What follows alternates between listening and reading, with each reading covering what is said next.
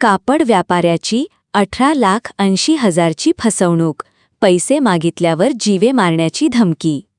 विश्वास संपादन करून खरेदी केलेल्या कापडाचे तब्बल 18,80,473 रुपये देण्यास टाळाटाळ करून पैसे मागितल्यास जीवे मारण्याची धमकी दिल्याप्रकरणी मुंबईतील दोघांविरोधात शहापूर पोलीस ठाण्यात गुन्हा दाखल करण्यात आला आहे.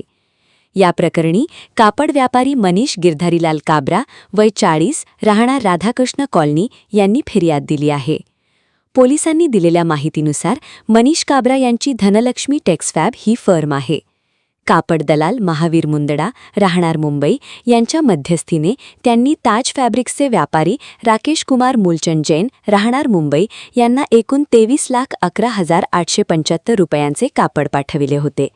यापैकी काही रक्कम जैन यांनी अदा केली, मात्र उर्वरित 18,80,473 रुपये देणे बाकी होते. या थकीत रकमेची काब्रा यांनी वेळोवेळी फोनद्वारे तसेच प्रत्यक्ष भेटून मागणी केली, मात्र राकेश कुमार जैन याने रक्कम देण्यास टाळाटाळ केली. तसेच पैसे मागितल्यास जीवे मारण्याची धमकी दिल्याचे फिर्यादीत नमूद करण्यात आले आहे.